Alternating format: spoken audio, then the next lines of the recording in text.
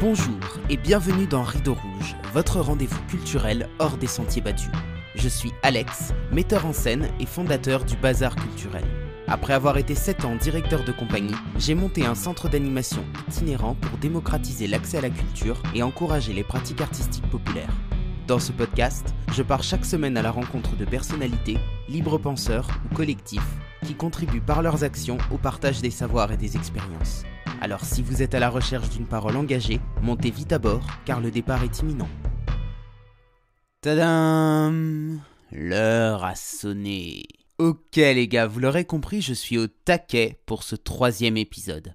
Le dernier de notre triptyque sur le rôle de la médiation culturelle et la place qu'elle occupe dans les politiques actuelles. Après Clara et Charlotte, c'est Julie Duponchel, alias les Patrimino, qui vient nous partager son expérience. Animatrice du patrimoine depuis 11 ans, le travail de Julie consiste à donner des clés pour comprendre le patrimoine qui nous entoure, particulièrement en milieu rural. Elle travaille notamment auprès du jeune public pour leur faire découvrir leur environnement, attiser leur curiosité et en faire des ambassadeurs de leur territoire. En parallèle, Julie est salariée dans une association et effectue des vacations pour le Centre des Monuments Nationaux. 3 femmes, 3 parcours, 3 regards, c'est parti. Bonjour Julie, comment vas-tu ? Bonjour Alex, je vais très bien, merci. Je suis super content de t'accueillir aujourd'hui sur cet épisode. Ça fait un petit moment qu'on a échangé et je tiens à dire que tu as été super réactive parce que voilà, on a convenu de ta présence aujourd'hui à peine en début de semaine. Donc c'est vraiment top et voilà, tu as été d'une efficacité incroyable. Donc je suis d'autant plus content de te recevoir aujourd'hui. Alors comme tu le sais, on va commencer par un petit jeu. Je vais tirer une carte au hasard dans mon paquet et tu vas devoir répondre à une question. Je raconte un jouet ou une peluche qui a accompagné mon enfance. Ouais, et ben j'avais un petit chien en peluche que mon père a offert à ma mère à la maternité. Et je l'ai toujours. Et je l'ai amené même à la fac. La première fois que je suis partie à la fac toute seule sans mes parents et que j'ai dormi dans mon premier appart, il m'a accompagnée tout le temps parce que voilà, c'était ma petite compagnie. Donc ouais, un joujou fétiche. Super. T'étais en fac de quoi du coup? C'est quoi ton J'étais parcours? en fac d'archéologie à Bordeaux pendant 6 ans. Du coup, voilà, un petit peu loin de chez moi, dans une grande ville, ce que je connaissais pas du tout, donc tout nouveau. Et comment est-ce que t'en es arrivé à la médiation culturelle? Alors moi, depuis que je suis toute petite, j'ai toujours voulu bosser dans l'histoire. J'ai toujours voulu être archéologue, quoi. C'était mon rêve. Donc j'ai fait voilà tout ce qu'il fallait pour faire les études. Sauf qu'à la fin des études, ce que les profs nous disent pas trop, c'est qu'il n'y a pas de débouché en fait. Que c'est hyper galère de trouver un poste, des missions. En plus, c'est que des missions ponctuelles, hein. C'est principalement de l'archéologie préventive sur des travaux, donc c'est 2 mois, 3 mois par-ci par-là. Et c'est très dur d'y rentrer. Donc après quelques mois à galérer, à envoyer des CV sans jamais recevoir de réponse, j'en ai eu marre. Je me suis dit, je veux quitter Bordeaux, je quitte la ville, je rentre chez moi, je retourne vivre chez mes parents. Et je commençais quand même à regarder les offres d'emploi potentielles qu'il y avait dans le coin. Et je suis tombée sur une offre de service civique dans une association. Donc c'était en 2010, c'était le début du service civique. Voilà, je connaissais même pas vraiment ce que c'était en fait. Mais c'était à côté de chez mes parents. C'était une asso qui faisait de la médiation culturelle. Je me suis dit, bon, c'est du patrimoine, de l'histoire. Je vais essayer. J'y suis restée 4 ans. Et ça fait 12 ans et je suis toujours là. Donc ça a été voilà, une révélation professionnelle un peu par hasard, quoi. J'avais pas du tout prévu de faire ça, mais j'ai vraiment adoré. Donc voilà. Et du coup, t'as commencé en service civique et ils t'ont Ouais. embauché par la suite, c'est ça?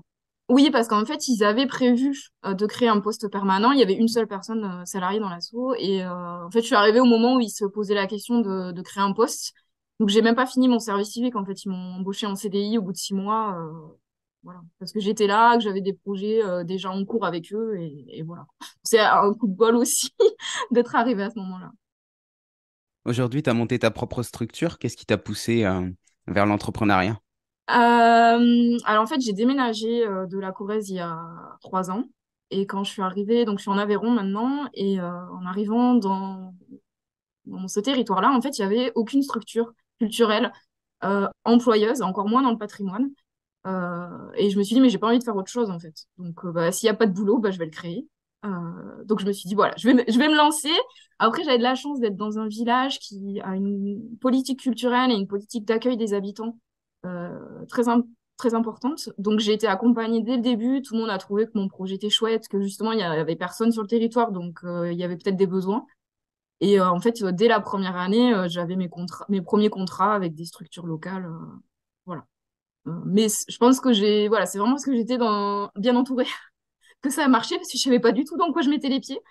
Voilà, moi j'avais envie de faire ça et j'ai pas fait tu vois, d'études de marché ou quoi pour voir si ça allait marcher ou pas, quoi. Je me suis dit, je tente, si ça marche pas, tant pis, si ça marche, tant mieux, quoi.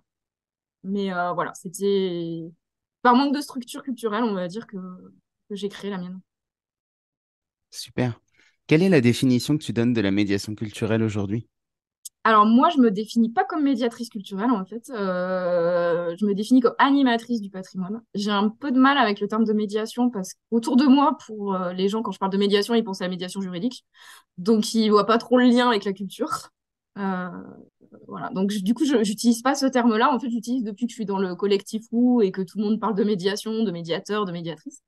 Mais dans mes boulots précédents, j'étais animatrice du patrimoine. Et voilà, moi, je trouve que c'est peut-être plus parlant parce que je fais vraiment de l'animation et que les gens comprennent ce que c'est, l'animation. Et du patrimoine parce que je parle essentiellement histoire et patrimoine. Je parle pas forcément de l'art ou de choses comme ça. Donc, je trouve que c'est plus concret. Voilà, je suis quelqu'un qui anime le patrimoine, qui le fait vivre auprès des habitants. Donc aujourd'hui, tu travailles à la fois pour des structures, mais aussi pour des particuliers. Comment est-ce que tu fonctionnes? Alors, en tant qu'indépendant, je travaille principalement pour des partenaires, donc office de tourisme, associations, communes, collectivités. J'ai tenté la première année de faire quelques animations directes pour le public, sauf que je me suis heurtée à une grande question, celle des tarifs. Parce que pour moi, il faut que tout soit accessible au plus grand nombre, sauf que si je calcule mes tarifs sur le temps que je passe, sur mon matériel, sur mes déplacements, etc., en fait, c'est pas accessible à personne, quoi. Je fais des animations à 15 euros, c'est pas possible pour une famille. Voilà. Donc, j'essaye avant tout d'avoir des partenaires qui, eux, vont pouvoir proposer soit de la gratuité, soit des tarifs très bas. Donc souvent, je fais des animations à 2 ou 3 euros par personne, quoi. Ça, je pourrais pas le faire si j'étais seule, quoi. Mm. Euh, Et tu mets le doigt voilà. sur quelque chose d'hyper important parce que j'ai Ouais. eu exactement le même souci, quoi. C'est-à-dire que dès lors que tu veux te rémunérer, toi, en tant que Mm. professionnel, mais que tu essayes de faire quelque chose d'accessible, ça devient extrêmement compliqué, quoi. Ah oui, oui, sauf si on a des subventions ou des aides à côté, sauf qu'en micro-entreprise, par exemple, bah, c'est pas, enfin, les subventions, on n'est quasiment jamais éligible. Donc non, on est obligé de le calculer sur nos coûts réels et voilà, enfin, peut-être qu'en ville, ça peut marcher parce que les gens sont habitués à avoir des prestations d'un certain tarif. Mais moi, à la campagne, les gens, déjà, ils ont du mal à aller vers ce type d'animation. Alors, si en plus, ça leur coûte 50 euros par famille, c'est sûr qu'ils viendront jamais, quoi. Est-ce que ça a été bloquant à un moment pour toi, le fait d'être en micro-entreprise, quand tu as contacté tes partenaires ou pas forcément? Alors, non, pas forcément, parce que les trois quarts, en fait, ils n'ont pas compris que j'étais en micro-entreprise. À chaque fois, ils me disent, ah, l'association. Non, je suis pas une association. Euh, Visiblement, les indépendants privés, ça n'existe pas dans la culture, hein. Donc pour tout le monde, je suis une association, mais ouais, sinon ça leur a jamais posé de problème. Ouais. Non, non. Je pense qu'ils regardent plus les compétences et on va dire l'intérêt de ce que je propose plutôt que le statut juridique que j'ai. La seule fois que ça m'a porté préjudice, c'est en fait une entreprise qui était dans mon village qui voulait enfin, me faire du mécénat pour un projet que j'avais, sauf qu'en fait, je suis pas éligible au mécénat, quoi. Je peux pas leur donner de reçus fiscaux, donc le projet a été abandonné. J'ai dû trouver d'autres d'autres sources de financement. Euh, voilà, c'est le seul moment où ça a été bloquant. Ouais. Ça veut dire que les collectivités avec lesquelles tu travailles ne prêtent pas attention au fait que tu ne sois pas en association. Pour l'instant, ils t'ont pas proposé de travailler sous forme de subvention. Ils te rémunèrent en tant que prestataire sans que ça pose Ouais, de soucis. c'est ça, ouais, ouais, ouais. Et eux vont chercher des subventions pour certains projets ailleurs. Mais du coup, c'est eux qui montent les dossiers, etc. Ouais. C'est intéressant. C'est intéressant parce que dans mon expérience personnelle, en fait, j'ai eu la réponse inverse, quoi. On m'a dit Ah qu'on ne oui, pouvait travailler avec moi que si j'étais en association. Donc, oui, donc c'est. je trouve ton expérience assez parlante là. Bah, je pense que ça dépend en fait ouais, des personnes que tu as en face et peut-être aussi de ce qui existe sur le territoire. Et du coup, en fait, ils s'adaptent à ce qui existe. Et moi, c'est vrai que même des associations patrimoniales, en fait, il n'y en a pas énormément. Donc, ils sont habitués aussi à pas avoir forcément ces interlocuteurs-là. Alors, on a évoqué la question des tarifs. Comment, mis à part le prix, est-ce que tu travailles l'accessibilité de ce que tu proposes? Alors moi, je travaille surtout avec les jeunes et les familles. Euh, Moi, c'est ma porte d'entrée principale, c'est de passer par les enfants pour toucher les parents. Donc j'essaye que en fait, je voudrais que mes animations, elles soient accessibles aux enfants. Alors pour le moment, c'est à partir de 3 ans, j'arrive pas à faire les tout petits encore. Ça demande vraiment une formation spécifique. Mais voilà, j'essaye que ce soit accessible le plus tôt possible, par l'image, par le dessin, voilà, pas forcément des grands discours. On parle de patrimoine, mais en fait, ils se rendent pas compte qu'on parle de patrimoine parce qu'on fait du jeu, euh, parce que voilà, on va lire des livres qu'ils connaissent déjà à l'école, mais en fait, ah, ben, je savais pas que dans ce livre, en fait, on pouvait parler patrimoine. Voilà. D'essayer de trouver des petites choses de leur quotidien, de leur vie quotidienne, qu'ils vont pouvoir réutiliser en fait sans s'en rendre compte après, derrière, en se promenant, en partant en vacances ou autre. Voilà. Voilà. Après, pour le moment, voilà, il me manque encore les tout petits et puis tout ce qui va être accessibilité de public empêché, ce qu'on appelle le public empêché maintenant, sur le handicap. Après, moi, je suis en zone très rurale, donc déjà, les publics empêchés, je les ai tout le temps parce que j'ai que des gens qui vivent à la campagne, quoi, et qui sont dans des zones défavorisées au niveau culturel, on va dire. En tout cas, considérées comme défavorisées. Voilà. Donc juste déjà d'aller dans les villages, apporter une offre, apporter une animation, je pense que c'est déjà rendre accessible la culture. Et ces publics, ils viennent facilement à tes animations? Alors, pour le moment, j'en ai énormément sur l'été et les vacances scolaires. Donc là, c'est toujours complet parce que les gens sont détendus, sont à la recherche d'activités avec les enfants parce qu'ils savent pas quoi en faire. Donc, ils viennent facilement sur ces animations-là parce qu'en plus, elles sont accessibles financièrement. Voilà. Et après, sinon, je voudrais surtout travailler avec les scolaires, en fait, pouvoir le rendre accessible par l'école. Et là, c'est plus compliqué, parce que rentrer dans les écoles, c'est très compliqué. Là, j'ai des gros projets cette année parce que je travaille avec un centre culturel qui propose des interventions pour les écoles et qui en finance une partie, en fait. Parce que sinon, je suis noyée dans tous les autres prestataires qui frappent à la porte des écoles. Je suis payante, donc bah, ils n'ont pas les moyens. Enfin voilà, il y a un gros problème d'accessibilité à l'école. Euh, En tout cas, pour les intervenants, je trouve. Voilà, je sais que Charlotte, elle, qui est instite, sait comment s'y prendre avec les écoles et a peut-être des clés, mais nous, enfin, moi, j'ai pas les clés, j'ai pas accès aux formations des enseignants pour aller me présenter là-bas. Donc, c'est beaucoup du bouche à oreille et c'est un peu compliqué, ouais. Parce C'est qu'il des faut que je milieux travaille qui avec les sont très écoles, mais fermés. ouais, ouais, ouais. Et même là, tu vois, j'ai des interventions avec les écoles, mais en fait, ils ont coché des cases. Bon, on vous propose telle ou telle animation. Ah, ça m'intéresse. Mais en fait, ils savent même pas qu'est-ce que je vais faire vraiment. Voire des fois, ils ont oublié que je viens. Donc, ouais, je me pose aussi parfois la question de cette surconsommation d'activités parce que c'est pas cher et qu'on me les propose. Et en fait, il n'y a pas de but pédagogique derrière. Moi, je me retrouve pas vraiment dans ça. En fait, je suis pas là pour ah, il faut mettre de la culture, donc on va mettre de la culture. Mais en fait, si les personnes s'en emparent derrière, ça sert à rien, en fait. Je Oui. suis pas, ouais, je suis pas là pour animer 2 heures de classe parce que je sais pas, les enseignants ou même les accueils de loisirs savent pas quoi en faire. Ouais, parce Ça, qu'en c'est un fait, autre problème. certainement, ils ont un certain nombre d'activités à faire et du coup, ils font appel à toi non pas dans un but pédagogique, mais pour combler un vide, quoi. Pour certains, ouais, quand les animations sont prises en charge en partie. Parce que quand ils m'appellent et qu'ils payent tout, là, ils ont vraiment fait le choix de m'appeler et ils payent, ils savent ce que je vais faire, ils me demandent avant, etc. Là, c'est dans cette formule avec, voilà, j'ai 15 animations disponibles, prenez ce que vous voulez. Et là, c'est... Ah oui, d'accord. Tu veux dire qu'en fait, ils Ouais, payent pas de leur poche et que c'est pour ça que l'intérêt n'est pas le même, quoi. ouais, c'est ça. C'est marrant, hein, c'est payant, ils viennent pas, mais si c'est gratuit, ils viennent sans réfléchir, en fait. Enfin, c'est très bizarre. Ouais, ouais, ouais, Donc, c'est comme s'il n'y avait pas de juste milieu, en fait. ouais, c'est ça. C'est ça. C'est ouais. Je sais pas si c'est que les budgets des écoles sont pas suffisamment importants, si c'est qu'ils sont pas suffisamment informés sur ce qu'ils peuvent faire à l'école, sur les intervenants qu'ils peuvent avoir et les liens avec les programmes scolaires, parce qu'en fait, on fait pas ça comme ça, quoi. On fait vraiment des liens avec les programmes. Ouais, je pense qu'avec les écoles, il y a vraiment quelque chose à construire de manière un peu plus ordonnée entre. Alors moi, en tant qu'indépendante, mais c'est le cas aussi pour les musées, pour toutes les sorties scolaires qu'ils peuvent faire en milieu culturel, en fait. Attends, j'aimerais bien qu'on creuse juste un tout petit peu plus ce Ouais, sujet, dis-moi. parce que tu dis que c'est gratuit pour les écoles, mais du coup, il y a bien quelqu'un qui paye à la fin. Il Oui, vient d'où cet argent? Là, moi, je suis rémunérée via le centre culturel qui, lui, doit avoir des subventions et des financements. Alors, j'imagine via les collectivités territoriales et des subventions peut-être de l'éducation nationale. Voilà, eux, ils prennent en charge une partie de ces interventions, mais ils ont je pense, des subventions qui viennent d'ailleurs, quoi. Moi, en fait, j'ai pas le lien au début avec les enseignants, si tu veux. C'est, ah bah tiens, vous allez avoir telle école, et puis voilà. D'accord. Donc en fait, il y a un problème de gaspillage en fait, plus que de budget, c'est qu'en fait l'argent qui est quand même du coup de l'argent du contribuable, Mm. en fait, ils vont le gaspiller dans des animations sans savoir ce qu'ils vont vraiment. Alors, ouais, je vais pas cracher sur la soupe parce que ça me fait rentrer dans les écoles quand même et que j'ai quand même du coup ce lien que j'aurais jamais eu avant. Donc, c'est sûr que en fait, on a besoin de ces structures-là qui vont nous faire rentrer dans les écoles, qui vont permettre aux écoles d'avoir des animations. Après, voilà, le reproche que j'aurais sur ces formules-là, c'est que, il n'y a pas un temps de médiation peut-être avec les enseignants en amont, présenter les animations pour leur expliquer ce qu'on va faire, quels liens, comment ils peuvent s'en ressaisir derrière.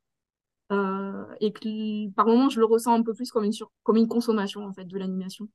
Et je sais pas s'ils les réutilisent en fait derrière. Et moi, j'ai besoin de ça, en fait. J'ai besoin d'être sûre que ce que je fais, ça leur sert, en fait. Oui, justement, quand tu interviens dans ce type de format, les enseignants te rappellent pas derrière pour des animations qui prendraient eux complètement en charge? Ça, pas forcément tout de suite, ça va être peut-être plus tard, peut-être 2 ans après, ou tu vois. Mais pas tout de suite direct derrière. Non. Ah, mais ça arrive qu'ils repensent à toi quand même Oui, par la ça peut suite. arriver. Oui, oui, oui, oui. Non, mais c'est pour ça que je dis que c'est vraiment important quand même, parce que ça fait un lien. Et ça me met dans des écoles où je serais jamais rentrée. Donc j'ai besoin de ça.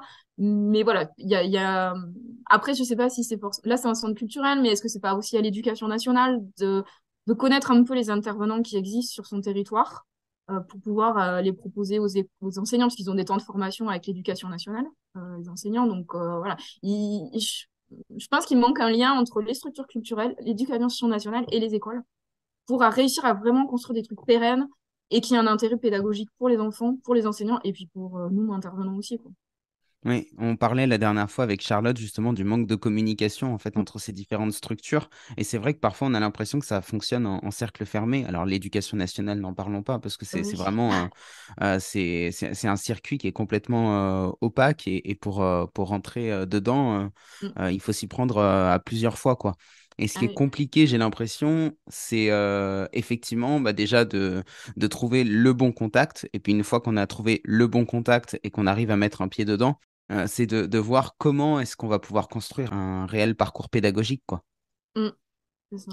Oui, oui. Oui, oui. Trouver la bonne personne. Ouais. J'ai pas trouvé la solution encore. Puis en fait, c'est tellement différent d'un territoire à l'autre. Aussi parce que l'éducation nationale ne fonctionne pas de la même manière d'un territoire à l'autre. Ça dépend beaucoup des enseignants. Certains adorent avoir des intervenants, d'autres, ils s'en fichent un peu. Le patrimoine, ça parle pas à tous les enseignants non plus. Donc voilà, c'est très variable. Et moi, j'ai changé de territoire, donc du coup, j'ai l'impression de recommencer à zéro aussi. Parce que bah, il faut que j'apprenne les codes aussi de ce territoire-là, quoi. Justement, ça se passait comment dans le territoire sur lequel tu étais avant? Alors, donc j'étais salariée, du coup, c'est un peu différent parce que je travaillais donc j'ai travaillé pas mal dans le réseau des villes et pays d'arrêt d'histoire. À la fois en association et en collectivité territoriale. Donc nous, nos animations, elles étaient gratuites hein, pour les écoles. Donc, déjà, ça simplifie un peu les choses, mais j'ai quand même mis 1 an ou 2 avant d'arriver à convaincre les premières écoles de me laisser faire des animations gratuites chez eux. Alors après, c'est parti en live total, c'est-à-dire qu'une fois que les premières écoles ont trouvé ça super, m'ont demandé, voire des fois 3 années de suite, après tout le monde est frappé à la porte. Mais j'ai quand même mis bien 2 ans avant de construire des trucs. Et pourtant, j'ai rencontré l'Éducation nationale, l'inspectrice d'académie, qui trouvait ça super. Oui, oui, on va vous faire venir dans les formations, on va distribuer vos brochures pédagogiques. Je pense qu'ils ne l'ont jamais fait. Hein. Alors que Donc, c'était gratuit à ce moment-là. Donc même, ouais, je veux dire, c'était même gratuit. quand il n'y a pas même quand il y a pas de coût pour eux, ça a pris un certain temps avant que tu puisses Ouais, rentrer dans le système, ouais. quoi. Et ça marchait par le bouche à oreille. Parce que telle école a dit à tel enseignant, ah tiens, en fait, j'ai fait ça, c'était chouette, voilà. Et pourtant, tu vois, moi, je fais beaucoup d'animations découverte du village. Donc, des fois, c'est juste aller faire le tour du village. Et il y a, en début de semaine, il y a une instite qui me dit, ah, moi, ça fait 13 ans que j'attends qu'il y ait quelqu'un qui me raconte l'histoire du village. Franchement, je suis tombée des nues. Je me suis dit, non, mais c'est fou. En fait, les enfants, ils ont jamais découvert le village. Et il y en a qui habitent pas là, hein, qui n'ont jamais fait le tour autour de l'école. Donc, je me dis déjà, juste de pouvoir arriver à faire ça, enfin, ça devrait être obligatoire. dans chaque école, que les enfants, à un moment, ils aient un temps de découverte du village. Et qu'ils puissent avoir des intervenants qui leur racontent l'histoire du village, quoi. Si l'enseignant ne peut pas, parce que bon, forcément, ils connaissent pas tous l'histoire du village, hein, je comprends. Mais ça me paraîtrait tellement évident, en fait, de pouvoir faire ça. Et même ça, en fait, j'ai du mal à pouvoir le proposer, quoi. Voilà. Il y a tellement de trucs à faire. Ouais, c'est clair. J'étais presque en train de me dire, tu vois, qu'il faudrait trouver un moyen d'aller choper les enseignants sur leur temps personnel, quoi. Parce que vu que par l'éducation nationale, ça marche pas, mais là encore, ce serait hyper compliqué, parce que comment savoir quel enseignant aller chercher et Ah où oui, aller les chercher? Parce qu'en fait, enfin voilà, on a aucune prise ouais. sur ce secteur-là. Oui, oui. Moi, les premières interventions à l'école que j'avais fait, c'est parce que j'avais rencontré l'instit sur une autre animation qui avait rien à voir. Elle était là en... Oh, bah, elle a amené sa fille sur une animation et elle m'a dit, ah, en fait, vous voudriez pas venir le faire à l'école, quoi. Et souvent, c'est ça, c'est en fait, je les vois en dehors du temps qui est prévu pour ça. Mais on ne sait pas qu'ils sont enseignants à ce moment-là, sauf s'ils viennent te le dire à la fin, mais sinon, tu peux pas savoir. Ouais, ouais, c'est le pur hasard, en fait, Ouais, c'est le hasard, ouais. qui fait que la Ouais, ouais. rencontre a lieu. Ouais. Quel avenir est-ce que tu vois pour la médiation culturelle? Quel avenir? Alors, déjà, je dirais qu'il y a deux médiations. Il y a celle de la campagne et celle de la ville. En ville, ça me paraît plus évident parce qu'il y a plein d'institutions culturelles, les gens ont l'habitude, ils vont au musée, ils savent qu'en ville, ils vont trouver des structures et de la médiation. À la campagne, il y a encore beaucoup de chemin à faire et beaucoup de travail pour s'imposer, en fait. Moi, je pense qu'elle est indispensable. On en a besoin. On a besoin de la culture en milieu rural, que ce soit le patrimoine ou les arts, n'importe quoi, hein. Mais son avenir, il se fera s'il y a des politiques culturelles qui lui permettent d'exister, en fait. Parce que la culture, enfin, moi, en tout cas, telle que je la vis, hein, à la campagne, c'est le livre, les bibliothèques, c'est le spectacle vivant, un spectacle, mais pas forcément de la médiation autour du spectacle, des concerts. Mais en fait, le patrimoine, ça va être de la restauration. Mais il n'y a jamais ou très peu de temps avec les artistes, on va vous expliquer qu'est-ce qu'on a restauré, on va vous expliquer. Et en fait, il y a peu de médiation culturelle et il y en a pas il y en a très peu dans les politiques culturelles. Donc, je suis un peu mitigée sur son avenir, c'est-à-dire qu'il y a plein de choses à faire, mais je suis pas sûre qu'il y ait le temps et l'argent qui y soient consacrés, en fait, même à l'avenir. Moi, il y Je a sais pas, quelque toi, c'est chose que aussi je... un milieu culturel, donc je sais pas comment tu le vis, mais moi, je trouve que c'est une bataille un peu quotidienne, ouais. Ouais, ouais, ouais. Bah, je suis assez d'accord avec toi. En fait, ce qui est très compliqué dans les milieux ruraux, c'est de créer des nouvelles habitudes. Mm. Parce que quand on est sur des territoires sur lesquels les gens ne sortent pas, ou quand ils sortent, ils ont pris l'habitude d'aller un petit peu plus loin, de se déplacer jusqu'à Paris, parce que pour le coup, bah, moi, je suis pas si loin que ça de la capitale. Tu vois, il y en a pour Ouais. peut-être une heure et demie en voiture.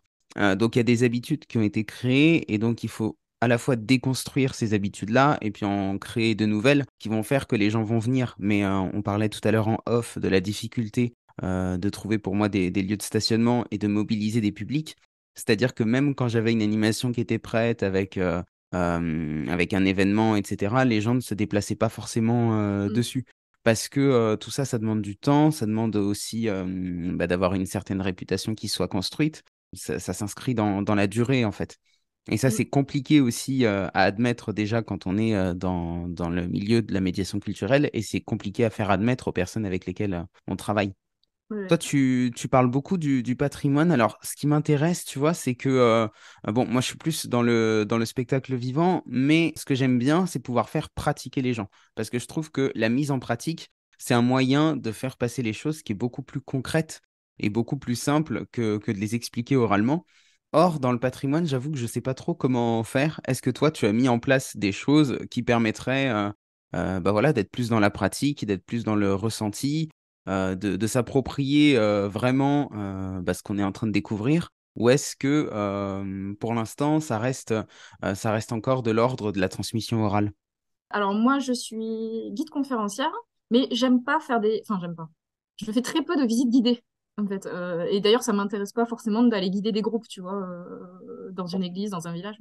Moi, ce qui m'intéresse, c'est de faire des jeux, de faire des visites sensorielles. C'est pour ça que j'aime beaucoup le jeune public, en fait. C'est parce que les enfants, ils sont complètement décomplexés avec le fait de mettre la tête à l'envers, de se coucher par terre au milieu d'une église pour regarder un plafond, de dessiner à la craie sur le sol. Voilà. Avec les adultes, il faut franchir une barrière. Mais non, moi, ce qui m'intéresse, c'est vraiment que les gens, ils le ressentent, le patrimoine, ils le touchent, ils le vivent, et pas avoir un discours descendant vers eux. Parce que de toute façon, au bout d'une demi-heure, la moitié, ils n'écoutent plus, en fait. Et je sais qu'en plus, enfin, même autour de moi, je m'en rends compte, hein, les gens, ils ont pas forcément envie d'aller faire une visite guidée. Parce qu'ils ont un préjugé de ça va être ennuyeux, le guide, il va faire que parler pendant 1 heure, je vais en avoir marre, ça va être chiant. On a quand même encore cette image assez poussiéreuse de la visite et du patrimoine. Et donc, du coup, moi, j'ai envie d'aller contre ça et de proposer voilà, des choses qui soient plus amusantes. Parce que de toute manière, c'est par l'expérience, je suis d'accord avec toi, c'est par l'expérience en fait qu'on va retenir les choses. Et je m'en fiche s'ils n'ont pas retenu toutes les dates de construction de l'église, du moment qu'ils ont compris comment elle a été construite et que ça a été fait il y a longtemps, au Moyen Âge, etc. Tant pis s'ils savent pas que c'est en 1346 ou en 1352, quoi. Enfin, c'est pas très important. Euh, voilà. Et surtout, ce que je veux, c'est qu'après, s'ils vont visiter un autre monument, même sans médiateur, ils puissent se dire, ah, mais ça, je m'en souviens, je l'ai vu dans telle autre église. Du coup, je me rappelle comment ça a été fait. Donc, j'ai compris l'architecture du lieu, même sans médiateur, parce que je l'ai vécu ailleurs. Voilà. Est-ce qu'ils arrivent à se lâcher à un moment, les adultes? Alors, ils arrivent à se lâcher. Souvent, c'est avec les enfants. Ils viennent sur une animation enfant, et il y a des fois, en fait, au bout d'un moment, c'est les adultes qui sont le plus à fond que les enfants, même s'ils sont venus avec les enfants à la base, quoi. Après, sur des visites, on va dire sensorielles, mais plus adultes, je les préviens à l'avance. C'est-à-dire, je vais pas dire c'est une visite guidée, puis là, d'un coup, au milieu de la visite guidée, je leur demande de se coucher par terre, quoi.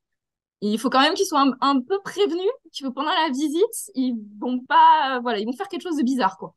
Parce que il y a encore des gens quand même qui aiment les visites guidées classiques.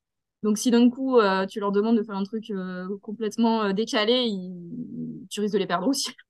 Donc ouais, il faut quand même qu'ils soient un minimum avertis, mais franchement oui, quand ils le savent et qu'ils s'amusent, en fait, ils se laissent porter. Ouais. Je pense qu'on est Super. tous des grands enfants au fond de nous. Faut juste l'accepter à un moment donné et se laisser porter.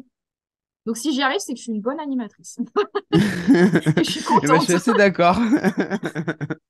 Ouais, mais ça doit pas être évident parce que pour le coup, en fonction de là où sont issus les publics, effectivement, tu dois avoir des réactions très différentes entre ceux qui ne se sentent pas légitimes à faire une visite parce qu'ils pensent qu'ils vont pas avoir les codes ou qu'ils vont s'ennuyer, Mm. etc. Et ceux qui, au contraire, sont des habitués et qui s'attendent à avoir un format très très classique. Du coup, tu surfes un peu sur une vague entre deux eaux, quoi. Oui, après, ça arrive que sur des animations, il y en a qui veulent pas. Eh ben, tant pis, hein. On va pas non plus les forcer parce qu'ils en retiendront une mauvaise expérience. Donc, ceux qui osent se lâcher, tant mieux. Et ceux qui osent pas, bah, peut-être que cette fois-ci, ils osent pas. Puis, en voyant les autres, la prochaine fois, ils se sentiront plus à l'aise. Il faut y aller aussi de manière graduelle. Tout se fait dans le temps, et y compris la construction des animations un peu plus décalées. Ouais. Du coup, comme tu travailles avec ta micro-entreprise, comment est-ce que ça se passe avec tes partenaires? Parce que du coup, tu n'es pas soumise aux subventions, aux appels à projets, etc. Est-ce que tu es libre de construire tes animations de la façon dont tu le souhaites? Ou est-ce qu'ils te font des demandes particulières? Enfin, comment est-ce que tu travailles concrètement avec eux? Alors, franchement, moi, je trouve que j'ai énormément de chance, c'est que mes partenaires, ils me font tous confiance. Donc là, tu vois, par exemple, cette année, pour construire la programmation estivale, j'ai un office de tourisme qui m'a dit, bon, ben, cette année, ça fait 3 ans hein, qu'on travaille ensemble et on aimerait bien se renouveler. Donc, est-ce que tu peux nous proposer des nouvelles choses? Et je leur ai dit, mais vous avez déjà une idée du public, des communes où vous voulez que j'aille? Et en fait, non, c'était carte blanche, quoi. Donc, je leur ai fait des propositions, ils en ont pris certaines, pas toutes, hein. Mais en fait, oui, c'est moi qui leur ai proposé. Après, souvent, ça va être, bon, ben, on aimerait bien valoriser tel village. Bon, à ton avis, qu'est-ce qu'on peut faire là-bas? Parce que ils le savent pas forcément, en fait. Tu vois, c'est des offices à la campagne, ils ont pas de guide, ils ont pas de médiateur, en fait. Donc, eux, ils sont là pour promouvoir. Ils savent ce qu'ils ont, mais ils savent pas forcément comment le valoriser derrière. Et donc, voilà, là où j'ai de la chance, c'est qu'ils me font confiance sur qu'est-ce qu'on peut faire, qu'est-ce que toi tu proposes, et voilà, si ça leur plaît, ils disent oui. Après, globalement, jusqu'à présent, ils disent à peu près tous oui, donc c'est cool. Mais après, je peux avoir voilà, des demandes spécifiques. Là, par exemple, j'ai une demande c'est l'anniversaire de naissance de Jean-Henri Fabre, qui est un entomologiste. Donc là, j'ai une demande sur qu'est-ce qu'on peut faire comme animation autour de ces personnages. Mais après, je suis libre sur les animations que je vais proposer. Oui, je confirme, tu as beaucoup de chance et c'est Oui, vraiment bien d'entendre ça parce que je t'avoue que parfois je commence un petit peu à désespérer en ouais, fonction des réponses que j'ai moi de mon côté, où j'ai l'impression qu'en fait certains décideurs voudraient aussi avoir la main sur le comment on fait les choses. ouais, Donc là, ce que tu me dis à la fois me rassure et bon, en même temps, je me dis que tu es peut-être aussi dans une zone qui est vraiment propice à ça parce que comme tu disais tout à l'heure, vu qu'il n'y a rien autour, tu as un peu peut-être carte blanche aussi. oui. J'ai pas de concurrence, donc oui, oui, non, mais c'est sûr. C'est sûr que toi, tu es plus près de la ville aussi, donc je pense que tu as aussi une concurrence d'autres structures, etc. Et tes décideurs ont peut-être aussi une idée de ce qui se fait ailleurs et ont envie de reproduire des modèles qu'ils voient ailleurs et qui, pour eux, marchent et pourraient marcher chez eux, alors que c'est pas forcément le cas. Alors que moi, finalement, oui, ils n'ont pas forcément de référentiel, en fait. Donc j'espère que ça va durer, la carte blanche. Ouais. Tant qu'il y a personne, peut-être. Et même quand tu auras quelqu'un, parce que le fait que tu sois déjà installé maintenant, que Mm. les gens connaissent ton travail et reconnaissent tes capacités et tes compétences, ça va aussi aider. Parce que je pense que, enfin voilà, la preuve sociale aussi, ça joue pour beaucoup dans le fait que des structures fassent appel à nous ou Ah oui, pas. oui. Ah oui, oui, on a besoin du bouche à oreille et de notre expérience pour se faire connaître, ouais, ça c'est sûr. C'est sûr que tout seul, enfin moi, si j'avais pas été accompagnée vers les personnes directement, en fait, je me dis, j'aurais énormément galéré à essayer de proposer des choses par moi-même et que ça arrive aux oreilles des décideurs, en fait, et des politiques ou des techniciens, quoi. Tout seul, c'est compliqué, hein. Ouais. Est-ce que toi, tu pratiques une activité artistique?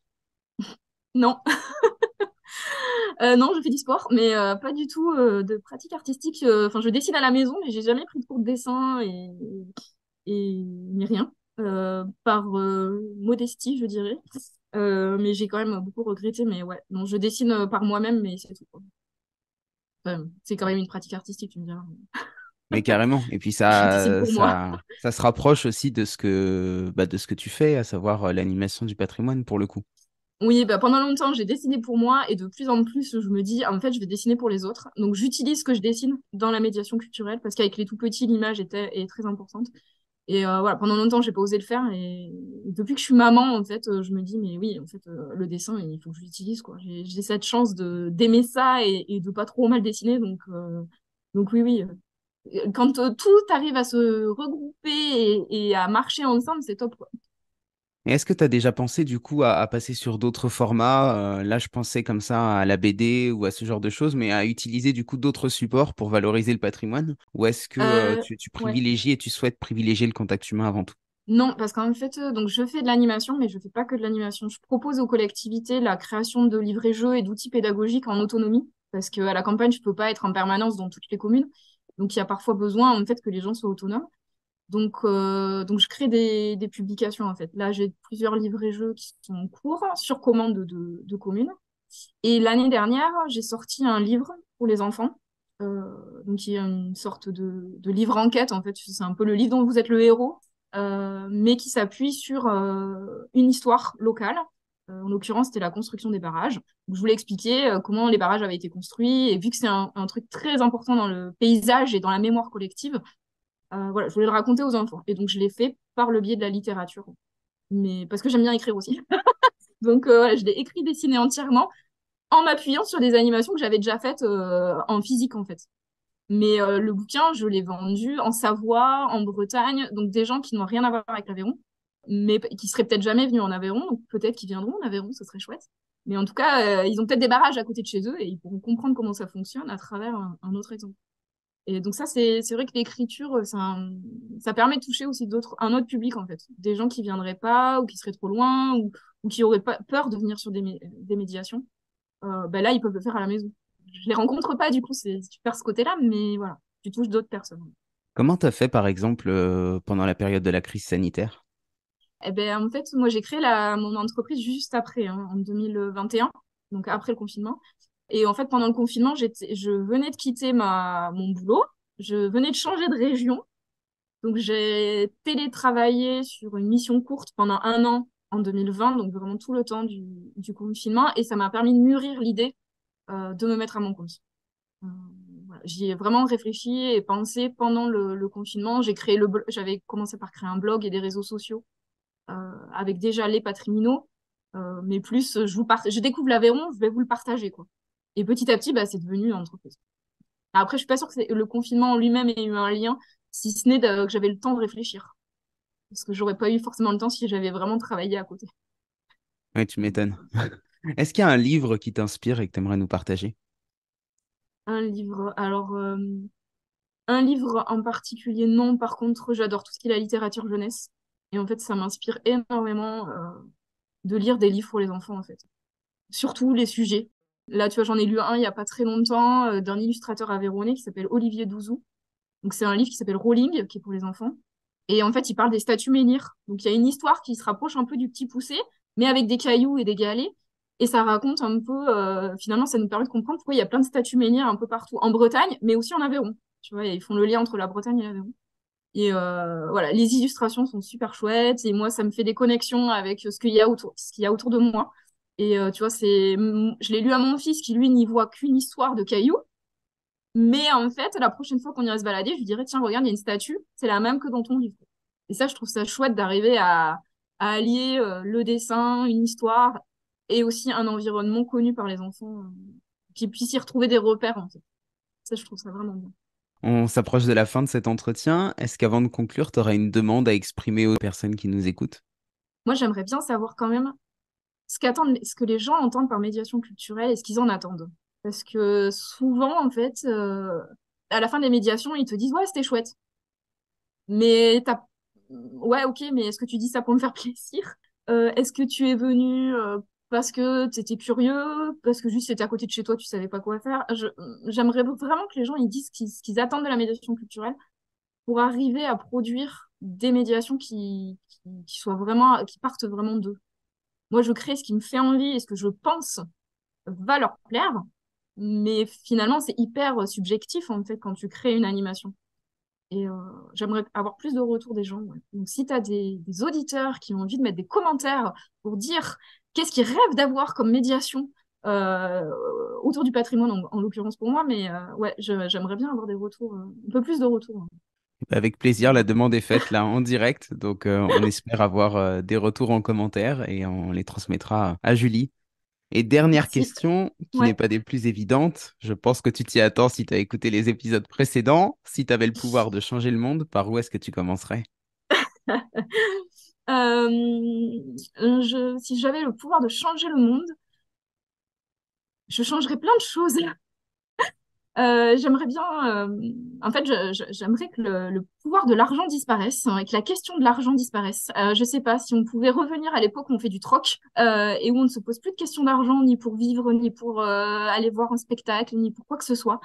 Ce serait tellement bien si on pouvait échanger un spectacle contre un repas à la maison, voilà, qu'on puisse arriver à se passer de ce filtre financier qui, je trouve, met tellement de barrières entre les gens. Et voilà. Oui. Ouais. Il y a des alternatives qui se font là, tu vois, je pense Ouais. à la June notamment, je sais pas si tu connais, c'est une monnaie alternative qui est basée sur l'humain. Et en fait, le Ouais. principe, c'est que tu accumules des Junes au fur et à mesure que tu vis. En fait, chaque jour, t'as un certain montant qui t'est alloué. Alors moi, mon rêve, ce serait de pouvoir faire payer les gens en June sur certaines Ah, animations. ah La oui. June, du coup, tu peux l'utiliser quasiment partout, hein. Donc, si jamais ça t'intéresse ou si jamais ça intéresse les personnes qui nous écoutent, vous pouvez vous renseigner sur Internet sur la June. Ça s'écrit June. Et ce serait génial, ouais, de pouvoir faire des ateliers ou des médiations qui soient financés par ça. Mais c'est aussi compliqué, quoi, parce que ça implique qu'il y ait des gens qui l'utilisent. Parce qu'évidemment, tu ne le convertis pas en euros. Donc, même si Oui, tu oui, peux bien faire sûr. des achats avec Mm. derrière, Ouais. voilà, ça reste un petit peu compliqué. Mais je suis d'accord avec toi que le fait d'avoir des alternatives comme ça, ce serait beaucoup plus intéressant. Est-ce que tu as un mot de la fin? Non. Je te laisse le Ok. mot de la fin. Eh ben, merci Julie, merci pour cet échange, c'était vraiment intéressant et puis bah, à bientôt. Merci à toi, Alex. C'était très chouette. Merci de m'avoir sollicité, du coup. C'était cool. Waouh, Julie est une femme passionnée par son travail et ça se ressent. Voici les conclusions que je tire de notre échange. Tout d'abord, que c'est notre souhait de vivre de notre travail de médiation qui nous rend dépendants des institutions. Un travail en direct avec les publics nous permettrait d'être plus libres, mais serait aussi beaucoup moins accessible du fait de tarifs plus élevés. Ensuite, que le rôle des commanditaires est de dire le quoi et le pourquoi, mais jamais le comment. Pour conserver un rapport sain entre décideurs et opérateurs, le comment doit rester entre les mains du médiateur. Enfin, qu'il est possible de travailler avec les collectivités en tant que prestataire de services, Julie en est la preuve vivante, et que la création d'une association n'est pas obligatoire, contrairement à ce que certains prétendent. Julie me précisait hors antenne qu'elle n'avait créé son entreprise que parce qu'il n'y avait pas de structure de médiation existante dans son environnement. Rappelons également qu'elle a conservé un poste salarié en parallèle. Autrement dit, le rapport de force n'est pas le même que sur un territoire plus concurrentiel, avec un médiateur qui dépendrait exclusivement de ses animations pour vivre. Voilà les amis, c'est déjà fini. J'espère que ces 3 rencontres sur le thème de la médiation culturelle auront contribué à nourrir votre réflexion. Si le podcast vous a plu, n'oubliez pas de lui laisser une note positive et de vous abonner si ce n'est pas déjà fait. Et pour celles et ceux qui veulent suivre le travail de Julie, je vous mets tous les liens dans la description. Merci à tous d'avoir écouté cet épisode. Je vous donne rendez-vous la semaine prochaine pour un nouveau sujet avec un nouvel invité, mais toujours avec la même promesse de sortir des sentiers battus.